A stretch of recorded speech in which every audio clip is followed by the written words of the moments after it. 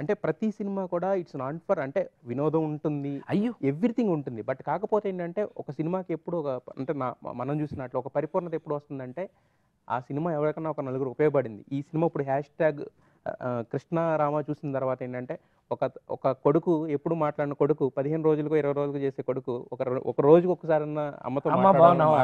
నాన్న బాగున్నావా? అంటే వి ఆర్ ప్రౌడ్. అంతకన్నా ఏం కావాలి? We are proud. తల్లిదండ్రులకు అంతకన్నా ఏం వి ఆర్ కావాలి? Successful. Yes. Yes. We are successful. Yes sir. అయితే ఒక సినిమాలో అన్నీ ఉండాల్సినట్టే ఒక ఇంటర్వ్యూలో కూడా అన్నీ ఉంటే బాగుంటది యాక్చువల్‌గా. ఇప్పటివరకు మనం సినిమా గురించి మాట్లాడుతూ వచ్చాం.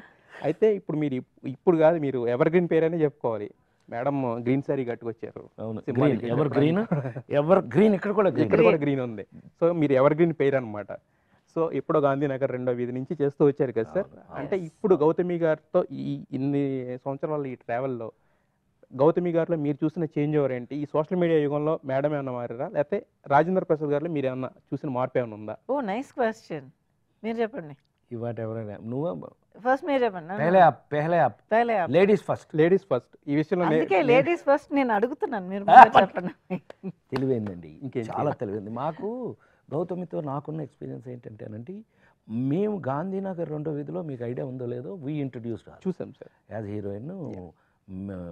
నాతోనే ఫస్ట్ హీరోయిన్ అయిన తను. అప్పుడు వచ్చినప్పుడండి ఏంటి ఈ అమ్మాయి ఎంత స్టిఫ్గా ఉందేంటి, ఏంటి సంగతి అని కొంచెం రెజిడ్గా ఏంటి నా సంగతి అని అంటే, కాలేజ్ స్టూడెంట్ సార్ అన్నారు మా వాళ్ళు. ఓ కాలేజ్ స్టూడెంట్ అంత స్టిఫ్గా ఉంటారంటే అన్నీ తెలిసిపోయినట్టు అని అనుకున్నాం. తీరా చూస్తే తర్వాత ఏదైతే పప్పు ఏమి లేదు, ఏం సాఫ్ట్ అసలు ఏం లేదు. దెన్ వీవర్ ఆ తర్వాత మళ్ళీ మేము బామ్మ మాట బంగారు బాట సినిమా కలిసి చేయటం జరిగింది. చాలా అటాచ్డ్ క్యారెక్టర్స్ అవి. తర్వాత తోడలు అట్లా కొన్ని చేసినాయి. తర్వాత అంటే సడన్గా మిస్సింగ్. ఏంటో మిస్సింగ్ ఎక్కడ అంటే రజనీకాంత్ పక్కన, కమల్ హాసన్ పక్కన, మోహన్ లాల్ పక్కన, మమ్ముటి పక్కన అని అన్నాడు. వెళ్ళిపోయి ఓహో అని అంటే సరే మనం ఏం తగ్గాం కనుక మనం ఇక్కడ ఆడు ఒక యాక్షన్ ఒకడేమో కామెడీ ఒకడే ఇది చేస్తే మనం అన్నీ కలిపి చేస్తాం రా. మనకేం పోయింది అనుకుని మన పార్టీకి మనం చేసాం. మిస్సింగ్ యాక్చువల్గా ఐ లాస్ట్ గౌతమి అనుకున్నాము. సడన్గా మళ్ళీ వచ్చేసాం. అగైన్ మనం అంటే థ్యాంక్స్ టు నందిని అండ్ మన స్వప్న మా పిల్ల అది వీళ్ళు పట్టుకుని వచ్చారు. Then I felt so shocked. ఎంత స్టార్స్ తోటి చేసి వచ్చిందో నాకు తెలుసు.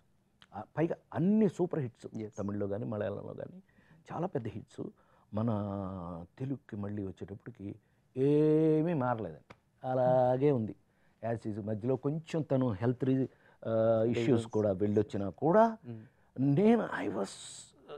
నేనే తనకన్నా ఎంబారసింగ్ ఉన్నా. ఎట్లా మాట్లాడాలి ఏంటి ఒంట్లో బాగాలేదు అవి మనం నేను స్టిఫ్గా ఉన్నాను. తనే సార్ మీరు ఏం మారలేదు సార్, నువ్వు ఏం మారలేదు.